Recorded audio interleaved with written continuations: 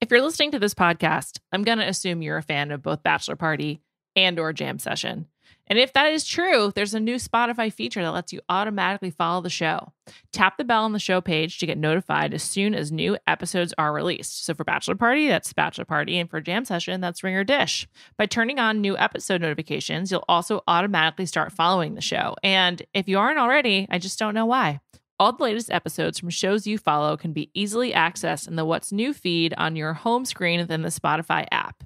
So what are you waiting for? Now, let's batch.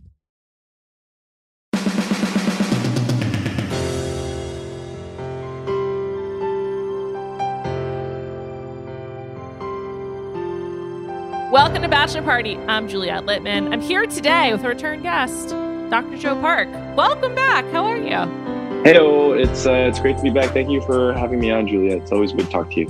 It's funny that you just waved. Just want everyone to know. Like, no one else knows that, but you just waved. I really appreciate. Very courteous. They should also know we're on Zoom, so as long as you know, that's good enough for me. Man, I'm sick of Zoom, but it's very conducive for podcasting, so it's all good. Joe, I've decided that I'm not going to call you Dr. Joe. I know that only people from the Bachelor franchise do that, and I want to be above it. Can I say that is a litmus test for me too? I probably should put this on blast on a podcast, but when someone calls me straight up Dr. Joe all the time, I know there's a distance between us. And when people just call me Joe, like my close friend, like Kenny doesn't call me Dr. Joe. Kenny just calls me Joe. So yeah, I appreciate that. I'm good with that. Okay. But not everyone else. Great. So for you, it's okay, Julia. But everyone else, it's not okay.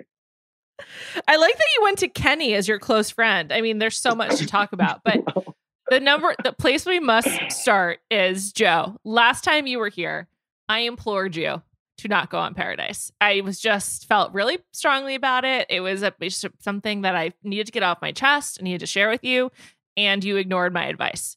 So you're back today. Hopefully, hopefully it'll remain friendly, even though you ignored my advice. I'm just wondering if you feel that I was correct or if you made the right choice in going on Paradise.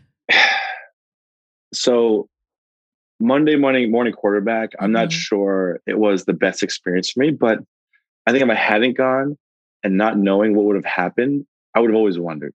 Okay. And so in that respect, sometimes even it's good to have that peace of mind to say, hey, I went, didn't go exactly the way I had hoped it would go, but at least I have that peace of mind of saying, you tried, and I'm okay with that. Okay. All right. That's good. I feel like that was diplomatic. You both validated my opinion while not getting excommunicated from Bachelor Nation. So great stuff. I do wonder, though, I was thinking about this today. Are Damar and I, do we have the ignominious honor of being the most rejected people in all of Bachelor Nation? Because we were rejected by 2 bachelorettes.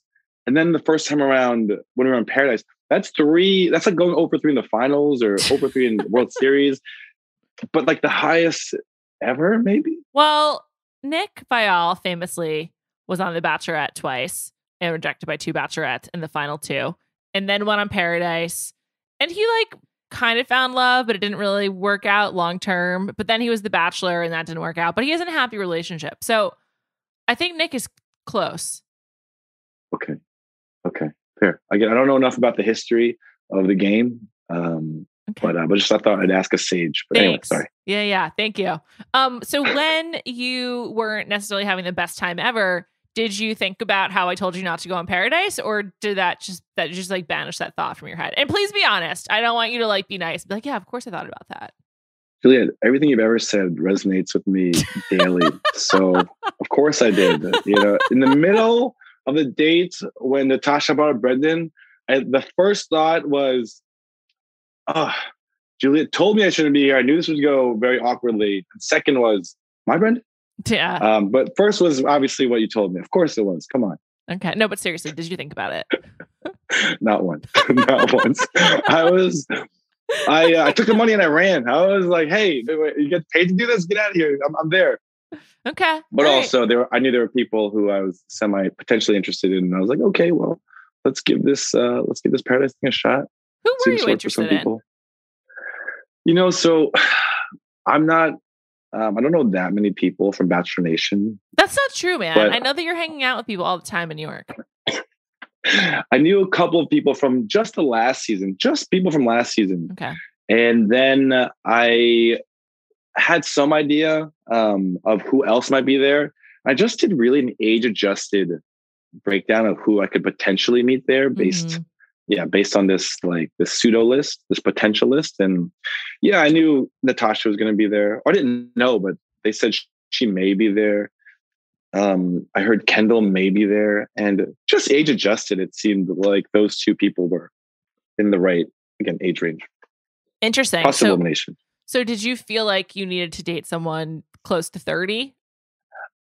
I'm looking for like the real thing. Sure. Some, not necessarily marriage, but something substantive.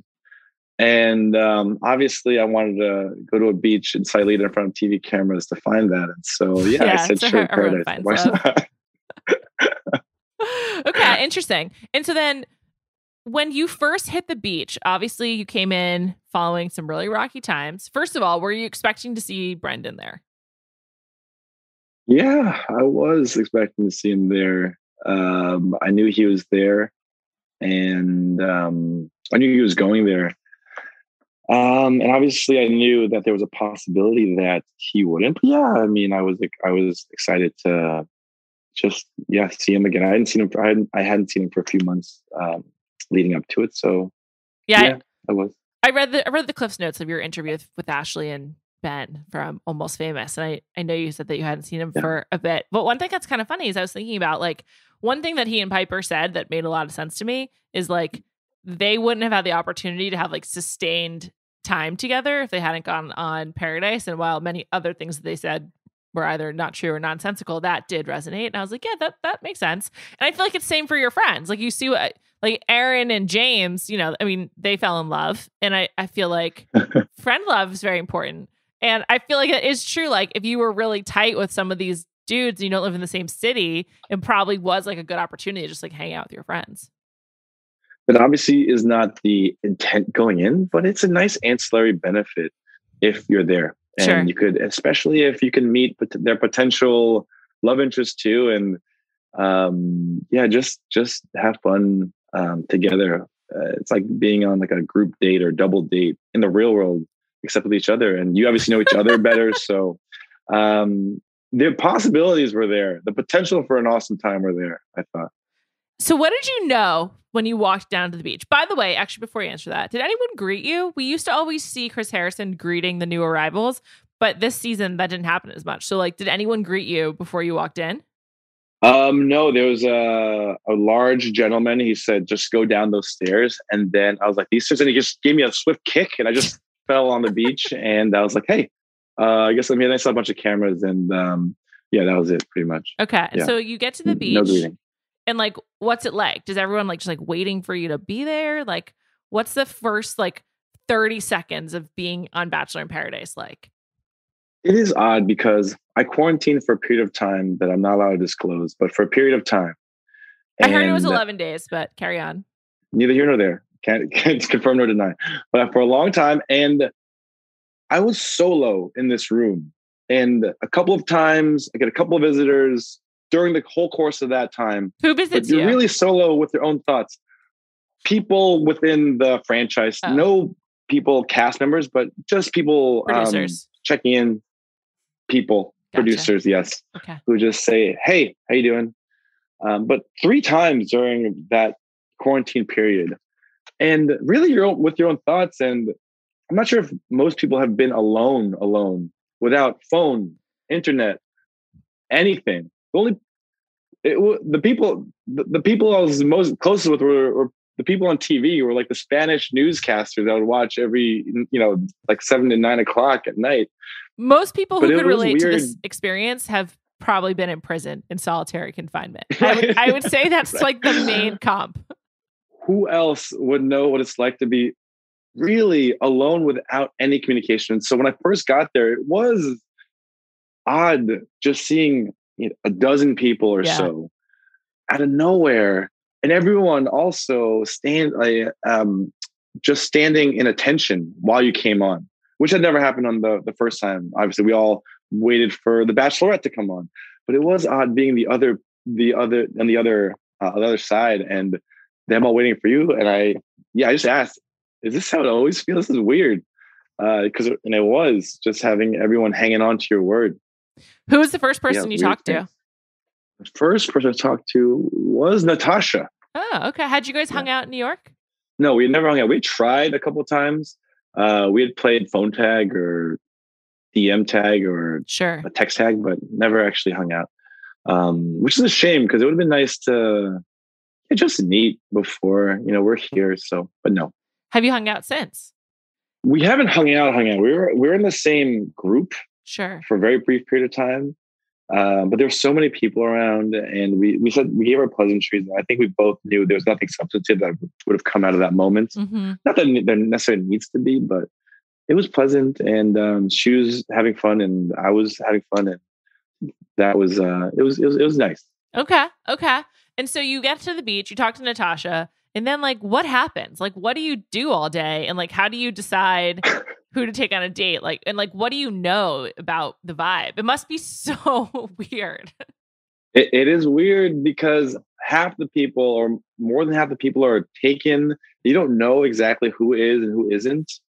So I pulled Mari, and she was like, "Yeah, Kenny and I." Actually looked at Kenny as a fake out, as a no look pass, like the Kenny, and I asked Mari without knowing anything. And then afterwards, I was like, "Hey, sorry, dude, I didn't realize." Jokingly, I said sorry. I wasn't that sorry, but yeah, it is weird. And then the other half of the people, potential people you could ask to go on this date, it seemed like had been there for some time and had been through something not so great. Like Kendall, I pulled, and she obviously was going through something after seeing Joe fall in love with Serena. I don't think we saw that conversation. Yeah. No, we didn't see it. Again, there was a lot of things that. That time permit didn't allow. Wasn't she hooking up with Ivan too? That was honestly one of the biggest, without knowing, because I also didn't know. I didn't watch Paradise before. I didn't realize. I'm aware. I was told. She told me, "Oh yeah, I also was hanging out. I've been hanging out with Ivan," and so that automatically for me was a no-go. Right. I didn't realize everyone was with everyone. I really had no idea that how fluid things were in Paradise. I was still operating in real world mentality. And the same thing, Chelsea's beautiful, but I knew she went out with a friend of mine in the real world. So I would never even think about making a move on her. Sure. Out of respect. Sure. And I felt the same way with Ivan. So anyway, yeah, it was so weird. After I watch it, I'm like, everyone's just, it's like a merry-go-round or lazy Susan or something like that. Something like that. Oh my goodness. Those are the nice ways to put it. Let's talk about the giant margaritas. Did you actually drink a lot of that? How much of the giant margarita did you have? Are you a margarita drinker in general? I'm a fan of margarita, but also when in Rome, when in Mexico, it seemed like the thing to do. I would say the first half, when we were just hanging out, getting to know each other, I probably took a couple of sips. But the second half, when we got into it, I drank much more after that. Like, oh no! How long was your date? Oh no! It was about an hour and a half. Oh, that's actually shorter than I was expecting. That's not that long. An hour and a half. That's like my cap on a bad date. I'm like, okay, just got to make it to 90 minutes and then out. So I don't consider that very long. Do you just dip out to the bathroom and never come back? Is that the move? No, of course not. That's so rude. But I feel like 90 minutes you've given it the old college try, and then you can move on. But if it's going well, I don't know. You can go much longer, I suppose. Who knows? But also, I feel like bachelor dates I've always heard are much longer than you think. But would it have been longer if it hadn't gotten awkward with the Brendan conversation? Yeah, there was behind us. There was a fun. Hot tub or pool set up with giant. It was this comical. Everything was large. So I actually just realized that now. There's a large margarita glass. There was a pool that looked like a giant margarita glass with big ice cubes. And after that talk, we just looked at each other, and I think we both agreed the vibe is just not right. I packed my bathing suit, and I was like, I'm not sure that's for us to get all silly Billy in a giant margarita pool. I'm not sure that was the right that wasn't the energy at the time. Oh So my God, that's awkward. yeah, Tough date. it might have gone longer. That's a fair Wow. point. I feel like you probably aren't the record holder for most breakups on Bachelor television shows, but you might be the record holder for shortest one-on-one date. That sounds really short by my standard, from what I know. It's good to be good to be known for something at least. I guess you good to be memorable. Be at the top of some list, any list. I guess. So. I'm kind of sick of Brendan and Piper. My take is I hope they get back together. I'm just like, don't make this all for naught, guys. Like, make it work. What do you think? Where like, what's your kind of like final takeaway on the central drama of the season? And also, were people talking about it a lot? Sorry, I keep like interrupting. I interrupt you before you can even answer. But were people talking a lot about this situation on the beach after your date and stuff? After the date, there was a lot of filling in. And so they had talked to me about what happened with Chris and Alana. Oh, Alana, yeah. And as well as obviously Brendan and Piper. So yeah, I got filled in a little bit. And the takeaway, I said the same thing on Ashley and Ben's podcast. Oh, come on, mix it up. Give me the real Joe. Mix it up. I'm sorry. I'll say this. I think, again, I know Brendan in so many different ways. We've had so many experiences together. I know him. He is a good friend. I know him to be a good uncle, son, brother. And also, I do think if anyone is judged based on their worst 5 or 10 things they've ever done or mistakes they made or bad decisions they've made, we'd all look like monsters, especially if it's broadcast on national television. And though, again, I don't agree with anything he did or the way he spoke with Natasha. And I definitely think there was some gaslighting going on. I'm still going to be someone that he can lean on if he wants to talk to, and we have spoken. And I do think he's learning. He's really reflecting on this. He's always been a thoughtful person. I've always said that about him, and anyone who knows him knows that to be true. And he is thinking about this a lot. I can tell you that. Good.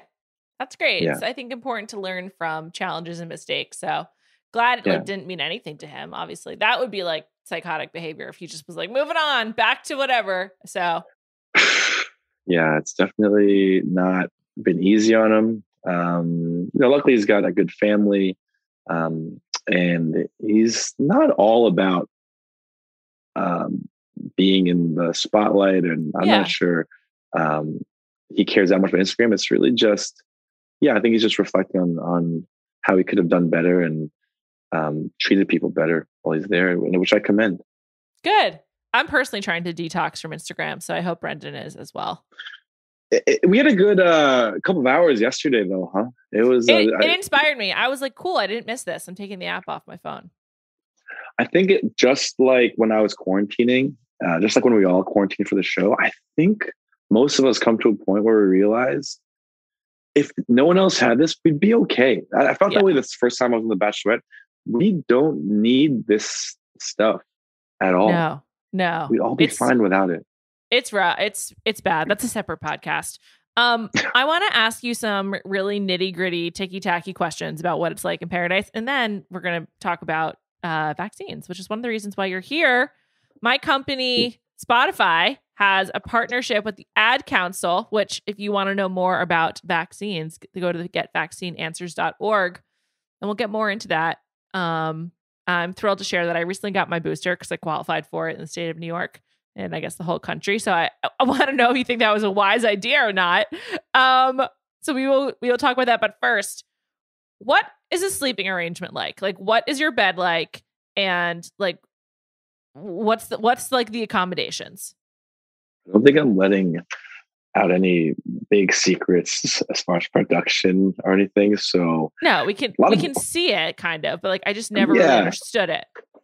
A lot of bunks. A lot of bunks. It's very top bunk or bottom bunk for you. I was a bottom bunk, but that was completely arbitrary. But yeah, it's very nice. It's open air. You could hear the Wow. waves crashing on the shore. It's very romantic. It is a very beautiful setting. What are the I can't temps knock the like? setting at all. Was it hot? It is very hot. It's sweltering. It's sweaty, and it's not the best for anyone's skin. I especially feel bad for, I don't wear makeup or anything, but I do feel bad for the women who go on the show who may have to put on makeup, because I imagine it's not easy to keep on when you're sweating and you're sticky all the time. So it's not the best setting to look good. And there's no air conditioning anywhere. The only place where there's air conditioning is the boom boom room, which is a big incentive to go to the boom boom room. Yeah. Where is the boom boom room in relation to where your bunks are? It's close. It's walking distance. It's very close. I just went to the bathroom there once and I was like, what? This is really nice. I get it. Outside of what happens in the boom boom room, I get why people want to be there in general. Is there like a sign up sheet? How do you reserve the boom boom room? Is it like an open table? How does that work? Listen, I wouldn't know. Come on, people must have been talking about it though. No, I really have no idea how. Because there's so many couples that work. I know. That I imagine it was a very popular destination, but I wish I knew. Okay, fair enough. And then what's the meal situation like? Is there food all day? Can you eat whenever? Like how do you get to eat? Great food. Really, really good food. Made to order. Guac, tacos, whatever you want. It was like at any time or designated meal times?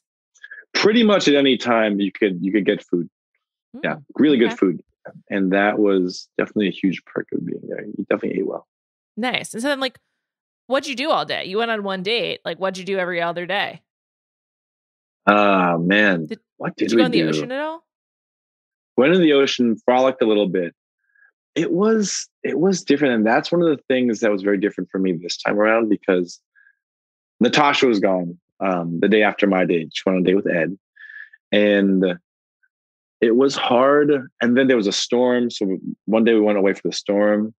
And then the other times, a lot of people were talking to their love interest or their like interest, or falling in love interest, whatever you want to call it. And I could be falling in love with you interest. Whatever the verbiage is that people use. And it was different than the first time. And it was harder to interact with people because of that. Because I could tell that obviously people want to get their time. People want to have their romantic time. And in some way, I almost felt like there was a hierarchy too. It's like when you knew you were already in a thing, you were just walking around like you owned the place. And then the people who were like, didn't exactly know, you're like, you walked around with, it was a very polarizing experience. That sounds awful. That's awful. That's like when you go to a wedding and like, there's no other single people and you're like the only one. I would honestly make it, it's more akin to a high school or a middle school dance. Because the wedding, everyone's mature. It's like, hey, how you doing? Everyone's friends. How you doing? Oh, what are you doing? It was really more high school, middle school dance style. Oh my God. That sounds awful. Yeah. There was a prom, right? Oh God. Did you go to your prom? I did go to my prom, and I went to 2 proms. But nice. I think what you're going to ask, did you consider leaving? Yes. Did you consider leaving the show? I thought about it. I thought about after I came back from my date, and then Ed went on his date. I was thinking, I'm not sure what kind of foundation we'll have. And also I knew Natasha's in New York. So I thought maybe we had a shaky start. Maybe I could see her in New York. And I didn't really see any other viable options. So in that respect, I strongly considered saying thank you for the opportunity. It was a great opportunity. And I do appreciate just being invited back and seeing and just being part of that environment again. There are a lot of amazing people involved on Bachelor in Paradise, from filming and sound, and art department is amazing. And so, yeah, and a lot of friends that I got to see again. And so anyway, but yeah, I thought about it. Okay. This is, you're hitting up against the central problem with the show, which is that what if you like there's only 5 rose ceremonies, right? But like if you exchange roses with someone like in 2 consecutive ceremonies or 3 or whatever, like you should have to leave. A central problem of the show is that there's engagements at the end. Like it's like so ridiculous. No one should get engaged in that short amount of time. I mean, I don't know. That's just my personal rule. But moreover, it makes for boring television. Like by the end, it's just sort of like, okay, we get it. Serena and Joe, Kenny and Mari, Riley and Marissa. Fine, we get it. Like they should have to like leave, or there should be more incentives for them to break up. The fact that an engagement is waiting at the end is so counterproductive. I don't like. I'm first of all super happy for Kenny, Mari, Riley, Marissa, Joe, and Serena, and I hope that it works out for them. I think that's a great sign. I just think, to your point, again, I haven't seen the last episodes, but maybe there should be a separate area they go to, like a honeymoon area after 3 roses are exchanged. I don't think it should be kicked off. I think there should be a separate couples retreat area, and the people who are like single can still mingle in a single area, so it doesn't feel so much like a high school dance where there are people who are coupled up and other people who are just waiting by the punch bowl with their hands in their pockets looking down. God, my high school didn't really have dances. Like we had like junior semi-formal and senior prom, but like before that there was like no dances, and even those like were very like group oriented. This truly sounds like a nightmare, like the worst version of high school. I'm going to say I'm not as hormonal or histrionic or that's good news. or I have more self-esteem and confidence, but even still, it shook me a little bit. It's weird when you have no tethers to the real world and other people, right. No safety nets at all, or very few. I mean, Kenny and Riley were there, and Ivan was there, which is great. But again, they were all either in a relationship or going through something, and so it was. It wasn't, again, the easiest, I think, for people who weren't in a solid relationship. Were you close with Kenny before Paradise? Like, were you close with him from your season? Yeah.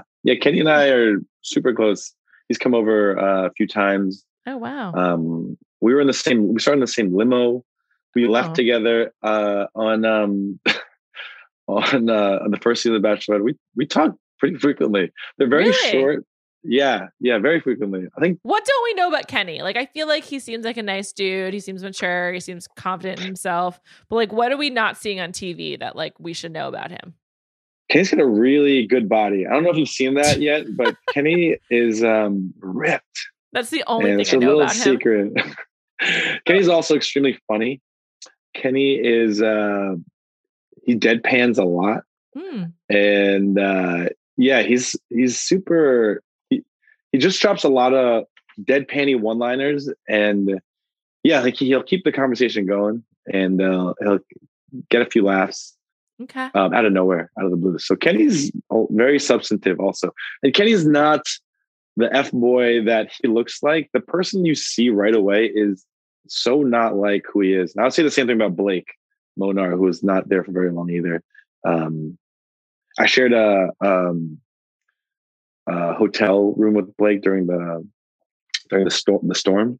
Uh-huh. And Blake is a very deep individual, very philosophical, and actually very thoughtful. Very thoughtful. He actually did. I'm going to say we spent an hour doing something that night, like for the next day. Like a very thoughtful gesture, but he just didn't want, and I'm not going to say what, but he just didn't want to do it because he thought it'd be too showy. But Blake is very thoughtful. He really did put a lot of thought into his experience and his relationship. Yeah. I like. He just didn't want to execute. It's too bad. Yeah. Maybe they can find love another time. Will you be going on any more TV shows? I hope not. I think it was a very fun chapter, but I think that's it. You're good. For me. Okay. Yeah, I'll heed your advice. Last time you were here, thank you. Thanks for giving me credit. Last time you were here, you claimed you weren't getting stopped on the street a lot. What's it like these days? People recognizing you, asking for selfies. What's it like? Sans mask, there's been a little more, but it's the weirdest It's the weirdest group. It's not who you think. Today, I got stopped. I went to an Achilles workout, which is a group I run with, volunteer with, and it was a 70-year-old woman who was there. I was there with Pete and Dustin, and she recognized them too. And then I was running in the park this past weekend, and it was this very tall, fit man walking his dog. And as I was running the loop at Central Park, someone was like, "Dr. Joe," and I looked around, and it's a weird mix of people. Oh my God. That's really funny. Your volunteer work is a great segue to talking about the vaccine. So Dr. Joe, although this is the doctor segment, so perhaps it's appropriate. Like I mentioned, Spotify has a partnership with the Ad Council, which is participating in a lot of vaccine education. You can go to getvaccineanswers.org if Joe here doesn't answer all of your questions.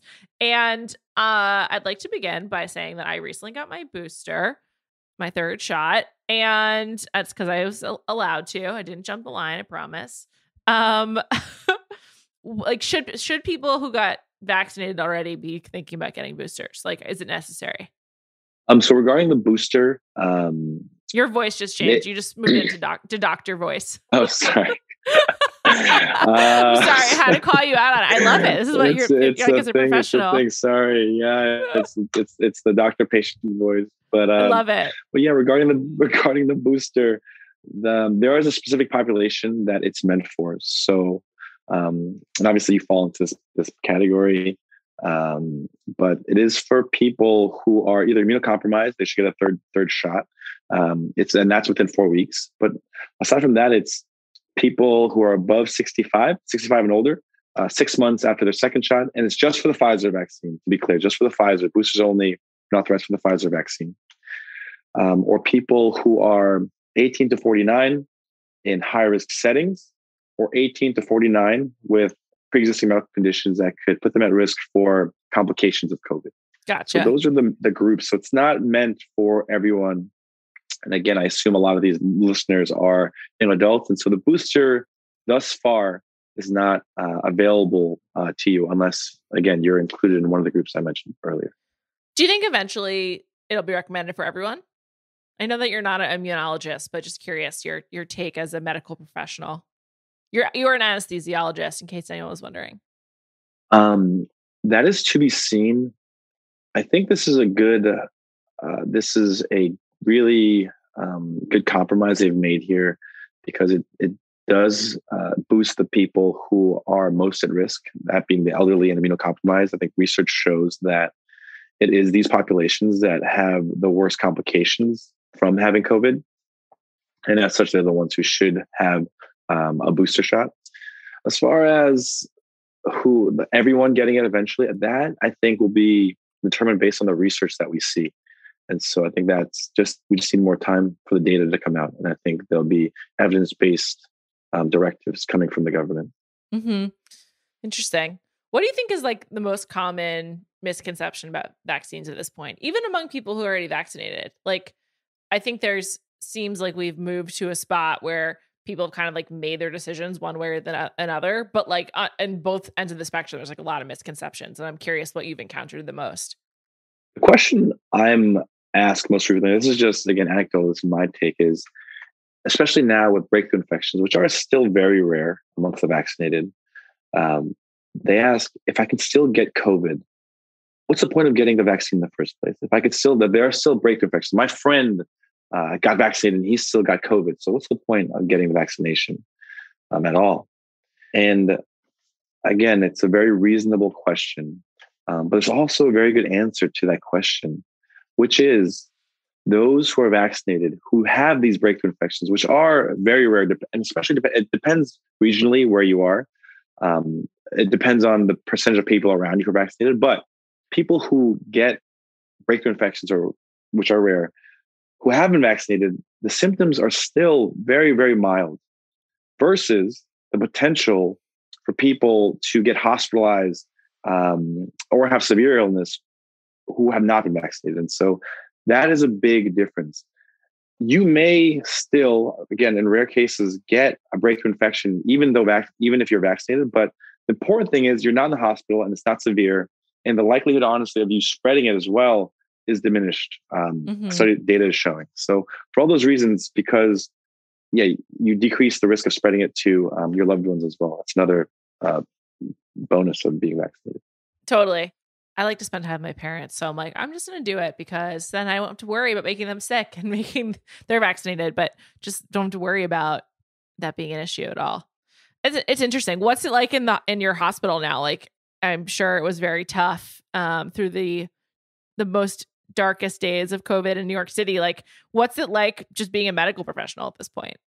In New York, it's a lot better. The rates of vaccination are high and the cases are low. Great vibes on the streets these days too, wouldn't you say? Oh, I mean, the New York is alive, especially with the weather being so great. I know it's such a difference from what a difference a year makes. It's seriously true. Even like last fall was like still like you could kind of like be like, okay, cool, let's go out for a meal. But I was having dinner in Soho last week and I was like, yes, this is normal. Like people are just like out and about, like living life. It's so nice. It's like a huge, huge benefit of so many people being vaccinated. And again, the population in New York, thankfully, there's one of the highest rates in the country. And so it's more okay. Obviously, there's still regulations, there's still recommendations for masks while you're in indoors in large settings. But that's, again, we're lucky in that way because our population in New York, so many people got vaccinated, but that's not the case everywhere. And there are places where it's still the highest it's ever been because vaccination rates are so low. And so again, it's just more evidence that shows that the vaccines are working and you're going to protect yourself and your loved ones. They are now, the vaccines are FDA approved. They have full approval. And at this point, with all the data available, with so many people being vaccinated, there's almost no reason not to get it. Again, if you have allergies to any components, that's a good reason not to get it. But outside of that, there are very few reasons not to get the vaccine. Mm-hmm. When you were on the show, did people like talk about COVID or did you like forget about it? Because I feel like with my friends, just like anecdotally, it's like still so central, even if people don't have it. But like obviously, this COVID experience will shape generations to come. But I'm like, was it a talking point while you were on the beach, or did people kind of forget about it temporarily? Like you're in a different world. Bachelor in Paradise, it was also partly being open air. I think that helped because again, all the dorms are open air. Every scenario pretty much was open air. And honestly, all of the people behind the scenes and producers were still wearing masks. So their protocols were still very strict. Credit to them. So in that respect, it wasn't much of an issue, much of a concern. And especially because again, at this point, most people had been vaccinated, if not all of them. Right. Case. But I just mean like in casual conversation, do like people like share like, this is my experience with COVID, or like, I don't know. Like I find in my own daily life, it comes up so frequently, obviously. And I'm just kind of curious, like if it was like a topic of conversation, like what do people talk about? I'll say for me, it was a lot of catching up. I couldn't believe how much had happened in the short period of time I wasn't there. In TV, I know TV time is long, but in real time, yeah, sure. So I was just being caught up, and so we didn't talk about COVID too much. So for me, there wasn't that much. Maybe a little bit about the people who I hadn't met before. They asked what my experience was in New York at the height, but not too much. People were more talking about, in their feelings, talking about the relationship and such. Did you tell them how you had COVID and watched all of Narcos while you were recovering? I didn't have that opportunity because, again, I literally looked to my right and I saw Noah and Abigail just canoodling. I looked to my left. I saw Becca and Thomas just laying there, falling in love. And so, yeah, it was. You could have used an iPad to watch some more Narcos. They sounds like. It wouldn't have hurt, especially being in Mexico. It would have been appropriate. Yeah, seriously. Oh my goodness. Joe, thank you so much for joining me again today. It was delightful to catch up with you. I mean, I'm just really glad I was right. I just feel really vindicated. So thank you for coming here and giving me the opportunity to affirm my own beliefs. The last half hour, that's the only reason I'm back on here, just so you can grab the point that I told you so. That was the whole point of this. No, it was to catch up and to also, talk a little about these vaccines that I think people should get. And if you do have more questions, remember, you can go to getvaccineanswers.org. Any other resources you want to mention? The CDC, so getvaccineanswers.org is a phenomenal resource because it does answer a lot of commonly asked questions. And in addition, the FDA and CDC also have really good question and answer and informational pages that you can look at. But yeah, getvaccineanswers.org is definitely a really good quick hitter for good information and, again, very commonly asked questions and answers. 2 final questions before we wrap here. Number 1, would you go on a date with someone who was unvaccinated? I don't think I would, but that's a multifaceted reason. As a doctor, knowing everything I know, I think our values would be in different places. How much this person cares about science and medicine, I think already that would be a very large chasm between us. I agree. Like it's totally a values thing. And if you don't align, you don't align. Number 2, at what point would you say it's appropriate to ask a new person if they're vaccinated for yourself? I'm just kind of curious for what your answer is. I would, I think for me, if I literally have not thought about this question, but I would say pick a place indoors. I mean, I'm in New York, so you need to show that you're vaccinated. So pick a place indoors. And that would already be an indicator whether or not they're vaccinated or not, because you need to be vaccinated to eat indoors and stay colder. And you can just say, I'm not sure if it's going to rain or what, so better to eat pick indoors. A rainy day. Look at the weather forecast. Like, we gotta go inside. Pick a rainy day. That's a great tip. Joe, thank you so much. Good luck with your life in general and post television. I think sounds like you're gonna do great. Erika Cervantes, thank you for producing this episode. And note, we are off next week. There is no episode to recap for the first time in months, and for the first time in what will be months. So we will be dark on Bachelor Party next week, but then we will be back on October 19th to celebrate and to commemorate and to recap the premiere of Michelle's season of The Bachelorette. So please join me then. Have a great week, and I will talk to you soon. Thanks again, Joe. Thanks a lot, Juliet. Really a pleasure to be here. And once again, for all your listeners, you were right.